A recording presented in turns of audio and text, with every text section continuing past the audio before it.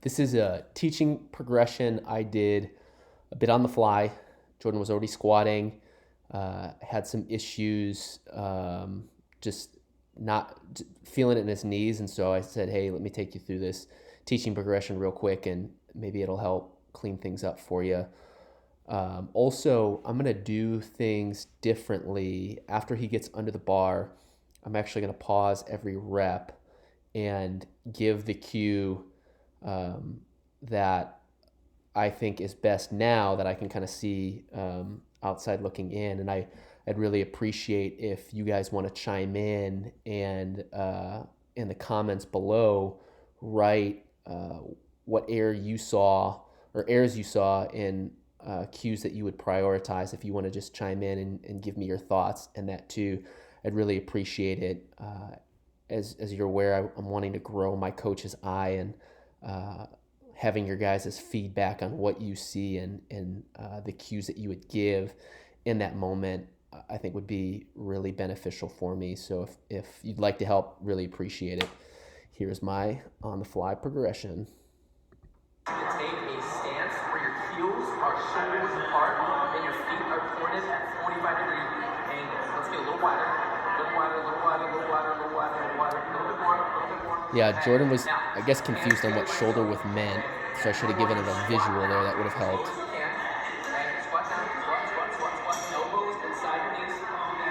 Should have told him what I wanted to do before I had him starting to squat, giving him the visual.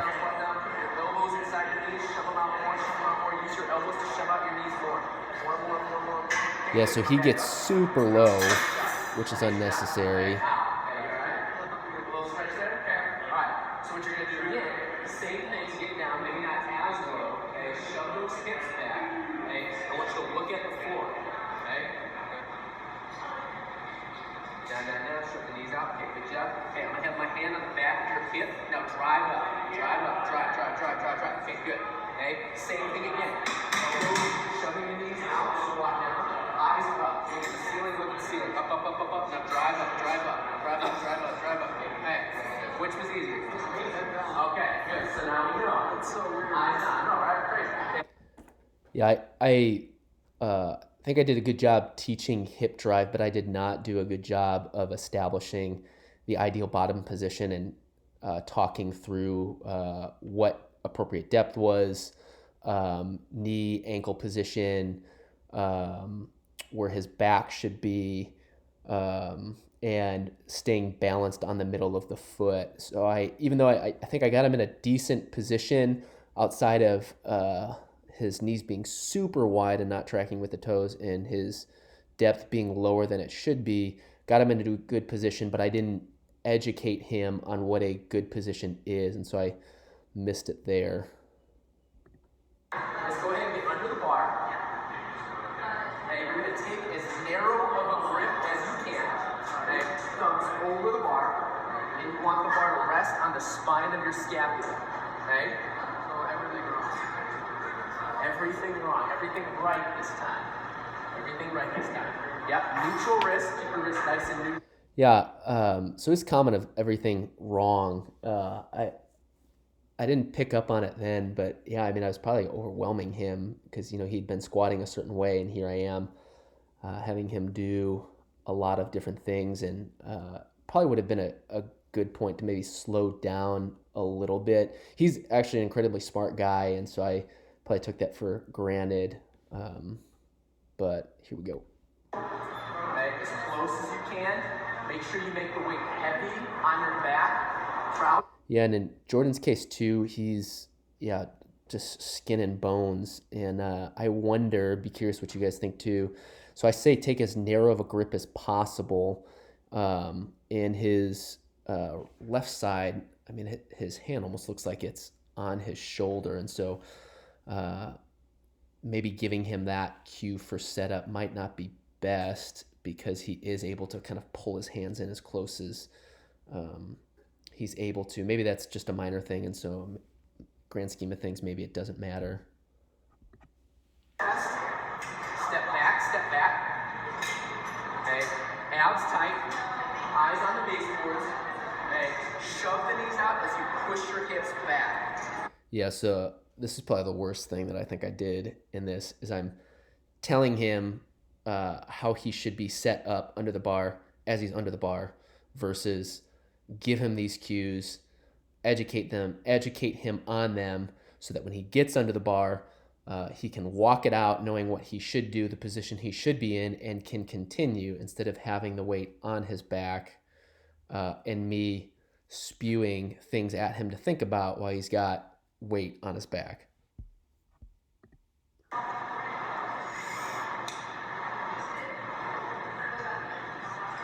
Very good. Drive. Good. Okay. I think he hit depth. I'm going to say lean over. Should have leaned over more. Chest down a little bit earlier. Don't need to go as low.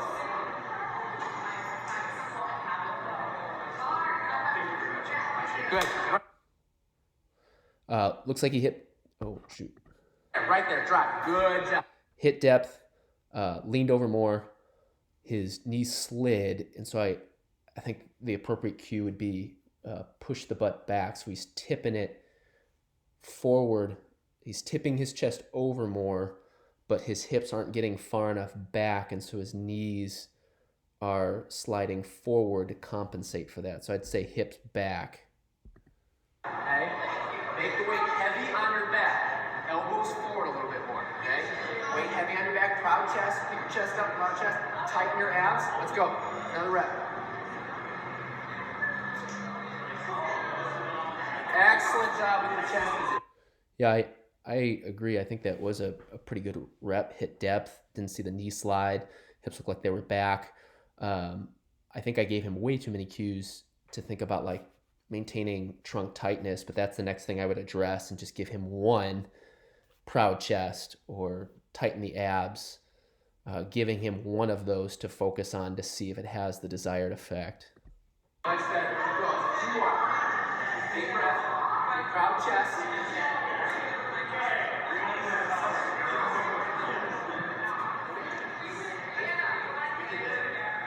Okay, think at your hips as far back this time.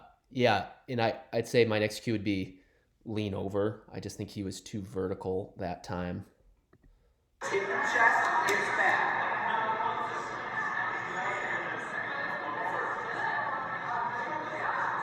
Drive. Shove the knees. Good, walk it back. Yeah. So overall, my critique of myself, two big things being in the bottom position during the teaching progression, making sure that I demonstrate the ideal position and point out the knee-toe angle, depth, the back position, and then staying balanced over the middle of the foot, and then teach him as he's getting ready to get under the bar the position I want him to have and what proud chest is, making sure he takes a Valsalva, keeping his abs tight, teaching all of that before he's actually under the bar. And then also, if I was going to pull him out, I would also discuss with him right after this. Like I say, proud chest, tight abs, lean over, weight heavy on his back. I would talk with him about how all of those kind of play together and what that actually looks like for all of them to play together, the importance of keeping thoracic extension and how the abs reinforce that thoracic extension. Because if we lose that thoracic extension during the descent or ascent of the squat, it's going to affect the pattern of the movement and potentially create errors or more work with the dysfunction of the lifter barbell system. Again, would love some feedback from you guys. If you want to comment down below, rep 1, 2, 3, 4, 5, all of the above, just one of them. What did you guys see? What errors did you see? How would you prioritize them? And what cue would you give in between every lift? Look forward to learning from you guys.